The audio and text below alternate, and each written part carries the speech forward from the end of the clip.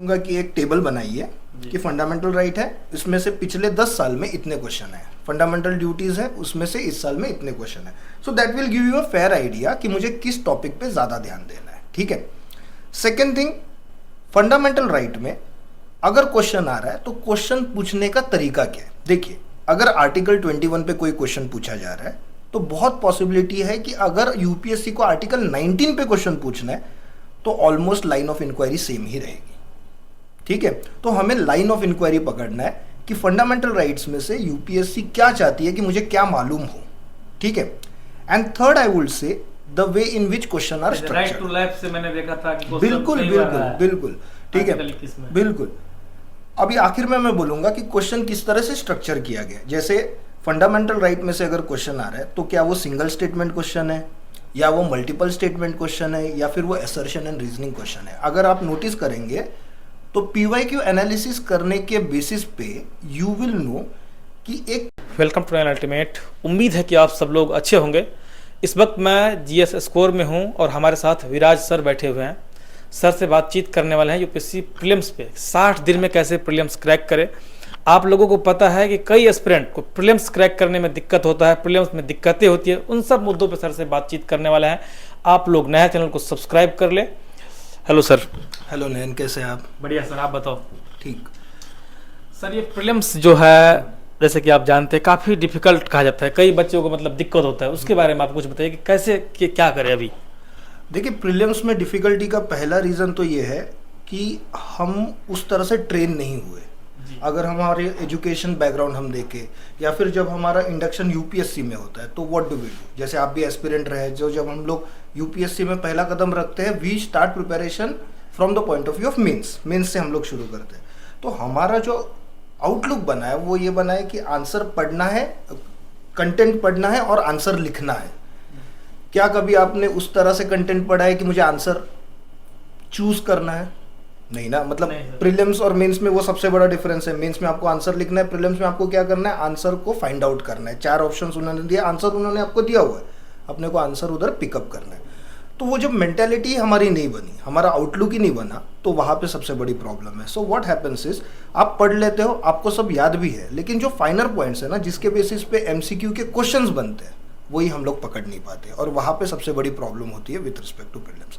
Second problem अगर मैं बोलूँ जो अब चल रही है, and it was not so much during my time जब मैं प्रिपरेशन कर रहा था, वो है कि 90 अटेम्प्ट करो, 95 अटेम्प्ट करो, 100 अटेम्प्ट करो।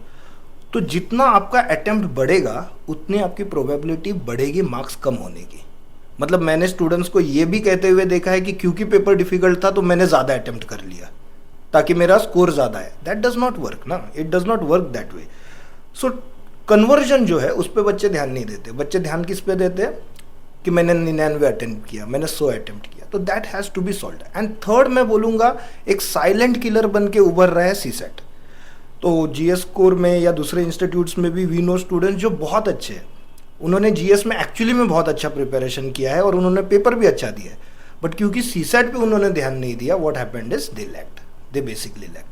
तो ये 3 रीजन मैं बोलूंगा जिसकी वजह से बच्चे फेस करते हैं problem with respect to prelims examination. CSAT पे तो हम चर्चा करेंगे, आप लोग बने रहे वीडियो में। सर, अभी 60 दिन बचा हुआ है प्रीलिम्स का। आखिर 60 दिन में मतलब कई लोगों पे प्रेशर है, कई एस्पिरेंट जो कि मतलब सिलेक्टेड है उन पे भी प्रेशर है, अच्छा रैंक जिनको करना होता है कई बार की मतलब रैंक सुधार करने के लिए कई लोग देते हैं। मैं देख रहा हूँ कई लोगों से मेरी बातचीत होती है, इंटरव्यू करते रहता हूँ मैं, तो वो लोग भी मतलब डरे हुए हैं। तो आखिर क्या करें सर 60 दिन में? सबसे पहले तो जो आपने रेफर किया है अभी तक उसी को फिर से रिवाइज कीजिए। कोई कुछ भी बोले, कोई नई बुक उठानी ही नहीं है। ठीक है, कोई नई बुक नहीं उठानी है। First and foremost is that.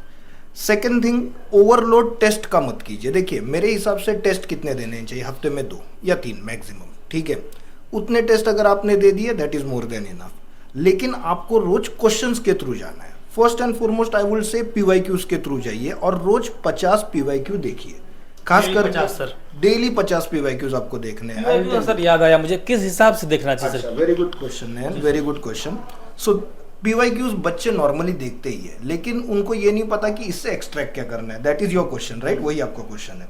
So PYQ से सबसे पहली बात जो मुझे एक्सट्रैक्ट करनी होगी अगर मैं एस्पिरेंट रहूंगा, तो मैं पहले देखूंगा हाई यील्डिंग टॉपिक्स। जैसे मैं अगर पॉलिटी का एग्जांपल लूँ तो जैसे एक टॉपिक है ऑफिसर ऑन लिंग्विस्टिक माइनॉरिटीज। अब वो टॉपिक है, ठीक है, लेकिन उसमें से कभी क्वेश्चन नहीं आया। लेकिन बच्चा उस टॉपिक को और फंडामेंटल राइट्स को उतनी इंपॉर्टेंस देता है, तो वो तो गलत है, क्योंकि फंडामेंटल राइट्स में से तो क्वेश्चन आएगा, जुडिशरी में से तो क्वेश्चन आएगा, इस टॉपिक में से नहीं आएगा। So you have to first and foremost identify, पहली चीज कि हाई यील्डिंग टॉपिक कौन सा है। पहले टॉपिक लिख लेना, बिल्कुल बिल्कुल बिल्कुल, प्रीवियस ईयर निकाले सर, बिल्कुल, और उसके बाद टॉपिक को लिखना चाहिए, फंडामेंटल राइट हो गया, बिल्कुल। आप एक मैं बोलूंगा कि एक टेबल बनाइए कि फंडामेंटल राइट है, इसमें से पिछले 10 साल में इतने क्वेश्चन है, फंडामेंटल ड्यूटीज है, उसमें से इस साल में इतने क्वेश्चन है। So that will give you a fair idea कि मुझे किस टॉपिक पे ज्यादा ध्यान देना है, ठीक है। सेकेंड थिंग, फंडामेंटल राइट में अगर क्वेश्चन आ रहा है तो क्वेश्चन पूछने का तरीका क्या है। देखिए, अगर आर्टिकल 21 पे कोई क्वेश्चन पूछा जा रहा है तो बहुत पॉसिबिलिटी है कि अगर यूपीएससी को आर्टिकल 19 पे क्वेश्चन पूछना है तो almost line of inquiry same ही रहेगी, ठीक है। तो हमें लाइन ऑफ इंक्वायरी पकड़ना है कि फंडामेंटल राइट्स में से यूपीएससी क्या चाहती है कि मुझे क्या मालूम हो, ठीक है। And third I would say the way in which question are structured. Right to life से मैंने देखा था कि बिल्कुल बिल्कुल बिल्कुल, ठीक है, बिल्कुल। अभी आखिर में मैं बोलूंगा कि क्वेश्चन किस तरह से स्ट्रक्चर किया गया। जैसे फंडामेंटल राइट में से अगर क्वेश्चन आ रहा है तो क्या वो सिंगल स्टेटमेंट क्वेश्चन है, या वो मल्टीपल स्टेटमेंट क्वेश्चन है, या फिर वो असर्शन एंड रीजनिंग क्वेश्चन है। अगर आप नोटिस करेंगे तो पीवाईक्यू एनालिसिस करने के बेसिस पे यू विल नो कि एक पर्टिकुलर चैप्टर में से जिस तरह का क्वेश्चन का बिल्डअप रहता है ना, वो भी चेंज नहीं होता, नॉर्मली वो चेंज नहीं होता। अगर ये 3 चीजें आपके पास है तो आपके प्रीलिम्स नहीं रुकेंगी। एंड अदर थिंग इज, जैसे मैंने बोला पीवाईक्यू आपको रोज करने, उसी तरह से मैं बोलूंगा कि कोई अच्छी क्वेश्चन बैंक ले ले। And through that question bank Nayan आपको क्या करना है कि आपको क्वेश्चन देखना है, ऑप्शंस देखने और आंसर देखने, सॉल्व करने नहीं जाना है। सॉल्व करने के लिए टेस्ट है, ठीक है। आपको क्वेश्चन देखना है, ऑप्शन देखना है और आंसर्स देखने हैं। इसके थ्रू क्या होगा ना कि जिस टाइप की इंफॉर्मेशन के बेसिस पे क्वेश्चन हुक होता है, मतलब क्वेश्चन पूछने के लिए there has to be some information, तो एक एस्पिरेंट को मालूम पड़ेगा किस टाइप की इंफॉर्मेशन मुझे चाहिए। सेकंड, ये जो आप क्वेश्चंस देख रहे हो और उसके थ्रू इंफॉर्मेशन पढ़ रहे हैं ना, that information is your revision notes, that information is your revision notes. और थर्ड मैं बोलूंगा इसकी वजह से आपका स्टेमिना बिल्ड होता है, क्योंकि एग्जाम में what I have seen is student 65-70 question तक तो ठीक रहते हैं, उसके बाद उनका स्टेमिना डाउन होने लगता है। उसके बाद वाले क्वेश्चंस ना मोर और लेस वो विदाउट थिंकिंग ही उसको आंसर करते हैं, कई बार थक जाते हैं, बिल्कुल बिल्कुल बिल्कुल बिल्कुल। एंड लास्टली आई वुड से कि एक रिवीजन स्ट्रेटेजी, तो जो आपके हाई यील्डिंग टॉपिक्स है मैं बोलूंगा कि उनके 2 रीडिंग्स और 2 रिविजन्स, और जो इतने इंपॉर्टेंट टॉपिक्स नहीं है उनका मैं बोलूंगा 1 reading 1 revision is more than enough, उससे ज्यादा की जरूरत नहीं है। Okay sir. सर आपने भी 5 बार प्रीलिम्स क्रैक किया है, हाँ, तभी आप मतलब ये सब बता पा रहे, तो उन 5 बारों में आपको सर क्या सर अनुभव, क्या सीख मिली सर? हर बार आप PYQs is the most important thing. Previous years question का एनालिसिस सबसे ज्यादा इंपॉर्टेंट है। सेकंड थिंग, कंटेंट से ज्यादा आंसर तक कैसे पहुंचा जाए इस पे ध्यान रखना चाहिए। देखिए, बहुत सी कोचिंग इंस्टीट्यूट्स जो है वो टेस्ट सीरीज लेती है, बहुत अच्छी टेस्ट सीरीज रहती है, मैं किसी के अगेंस्ट नहीं बोलूंगा, बट जो सोल्यूशंस वो देते हैं वो सोल्यूशंस कंटेंट हैवी रहते हैं, मतलब पूरा का पूरा टेक्स्ट बुक ही वो उसके साथ छाप देते हैं, ऐसा लगता है। राइट। मेरा बोलना ये है कि when you look at a particular question और आप उसका सोल्यूशन देखते हैं ना, तो आप ये सोचिए कि मैं यहाँ पे गलत कैसे हुआ, मतलब व्हाट वाज द रीजन, वो क्या ट्रिगरिंग पॉइंट था जिसकी वजह से मेरी मिस्टेक है। मिस्टेक आने में कोई प्रॉब्लम नहीं है, मैं भी अगर आप प्रीलिम्स का पेपर लेके बैठूंगा मेरी भी मिस्टेक्स होंगी, there is no issue with respect to that. But जब मैं टेस्ट देता था तो मैं अपनी मिस्टेक्स के साथ बैठता था और अपने राइट आंसर्स के साथ भी बैठता था, और दोनों में मैं डिस्टिंग्विश करता था कि जहां पे राइट आया तब मेरा थॉट प्रोसेस क्या था और जब रॉन्ग आया तब मेरा थॉट प्रोसेस क्या था। वेरी इंपॉर्टेंटली, इमोशनल नहीं होना आंसर करते वक्त। फॉर एग्जाम्पल, जस्ट बिकॉज किसी को ऑप्शनल हिस्ट्री है तो हिस्ट्री के सारे क्वेश्चंस में अटेम्प्ट करूंगा ही, ये बहुत गलत है। सेकेंड थिंग, बहुत पॉलिटी अच्छी तो पॉलिटी बिल्कुल नहीं, बिल्कुल नहीं होना चाहिए। देखो, जो क्वेश्चन आपको आता नहीं है ना, छोड़ दो, because you have that option ना। अगर 10 से 15 क्वेश्चन छूट जाते हैं या 20 क्वेश्चन भी छूट जाते हैं ना, there is a scope of you passing the examination, ठीक है। और एक चीज बहुत बार है ना, बच्चा जब क्वेश्चन पढ़ता है, ऑप्शन पढ़ता है, बहुत बार वो आंसर पे पहुंच जाता है। ये शायद नयन आपने भी एक्सपीरियंस किया होगा, लेकिन वो उस आंसर को मार्क नहीं करेगा, वो ओवर थिंक करता है हाँ। और दूसरे आंसर को मार्क इतना करता आसान है। कैसे हो सकता हाँ, फिर वो सोचता है अरे मेरे को तो पहली बार में ही पता था। ठीक है, तो डोंट ओवर थिंक। देखिए, पहली बार जब आप किसी आंसर पे पहुंचते हैं ना, तब आप लॉजिकली सोच रहे हैं, आप रैशनली सोच रहे हैं, लेकिन जब वहां पे पहुंचने के बाद आप फिर से सोचते हैं, तब आप इमोशनली सोचते हैं। So that should be completely avoided. तो PYQs, second is right revision strategy, and third I would से इमोशंस पे ना नजर रखते हुए अपने लॉजिक पे ध्यान देना। दिस आर द 3 थिंग्स मैं बोलूंगा जो जिसने मुझे हेल्प की मल्टीपल टाइम्स प्रीलिम्स क्लियर करने में। और इतना डिफिकल्ट नहीं है यार, मतलब पढ़ने लिखने वाले बच्चे हैं, मैं तो निकाल मतलब लेते हो। हाँ, पढ़ने प्रॉब्लम ये है ना, पढ़ने लिखने वाले बच्चे ही नहीं निकाल पाते यार। ठीक है, प्रीलिम्स में इतने इमोशनली ओवरवेल्म हो जाते हैं। एक और चीज़ नयन, मतलब मैं आपके माध्यम से बोलूँगा, देखो UPSC नहीं हुआ तो क्या होगा ना, इस डर में सबसे ज़्यादा बच्चे फेल होते हैं, अच्छे बच्चे, मतलब जो कॉलेज टॉपर्स है, स्कूल टॉपर्स है। अरे UPSC नहीं हुआ तो कुछ नहीं होगा यार, कुछ और कर लोगे लाइफ में। यही तो। ठीक है, डोंट थिंक अबाउट कि UPSC नहीं होगा तो क्या होगा, कुछ नहीं होगा। ठीक है, जब ये डर निकल जाएगा ना, students will do better, students ज़्यादा अच्छा परफॉर्म करेंगे। ओके सर, एक सर और क्वेश्चन मेरा है कि क्वेश्चन कितना अटेम्प्ट करना चाहिए एग्जाम में, और कट ऑफ पे क्या होनी चाहिए? ठीक है, दोनों सो नयन अभी IPL का सीजन शुरू हो रहा है। ठीक है, मैं जस्ट एक एनालॉजी क्रिकेट से ले रहा हूँ। विदाउट नोइंग कि पिच कैसा है, हम लोग नहीं बोल सकते कि अच्छा स्कोर क्या होगा। आपने देखा होगा किसी पिच पे 100 भी अच्छा स्कोर है और किसी पिच पे 200 भी अच्छा स्कोर नहीं है IPL में, राइट? सो मैं बोलूँगा कि जब आप पेपर अटेम्प्ट कर रहे हो ना, तो उस वक्त आपको ये डिसाइड करना है कि मेरा अटेम्प्ट कितना होना चाहिए। ठीक है, अगर हम लोग 2023 की बात करें, which was I think one of the most difficult papers, अगर मैं वो अटेम्प्ट देता तो मैं 65 से ज़्यादा अटेम्प्ट नहीं करता। अगर हम लोग 2024 की बात करें तो मैं 80 से कम अटेम्प्ट नहीं करता। अब मैं ये क्यों बोल रहा हूँ, क्योंकि पेपर का लेवल उस तरह से था।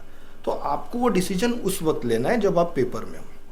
अनदर थिंग, पेपर अगर डिफिकल्ट है, आपको अगर डिफिकल्ट लग रहा है ना, और आपने पढ़ाई अच्छे से की है, रिवाइज अच्छे से किया है, सो ट्रस्ट मी, पूरे इंडिया के लिए पेपर डिफिकल्ट है।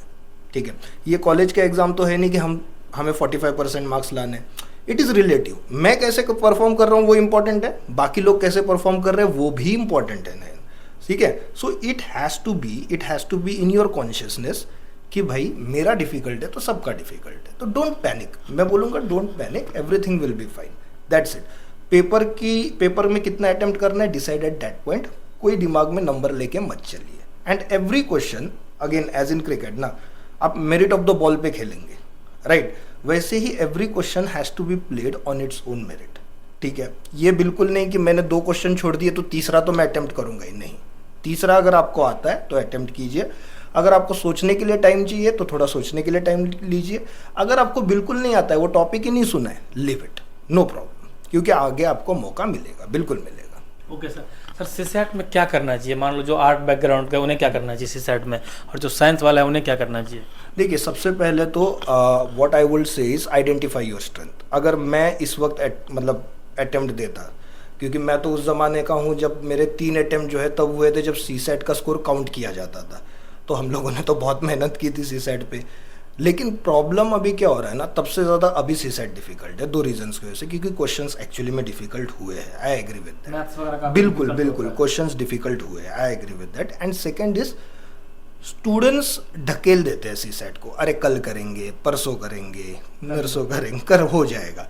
सो 2-3 चीज़ें। सबसे पहला तो व्हाट आई वुड से नयन इज कि अपनी स्ट्रेंथ को आइडेंटिफाई कीजिए। फॉर एग्जाम्पल, अगर मेरी स्ट्रेंथ कॉम्प्रीहेंशन है तो व्हाट आई विल डू, मैं कॉम्प्रीहेंशन पे अगले 15 दिन दे दूंगा।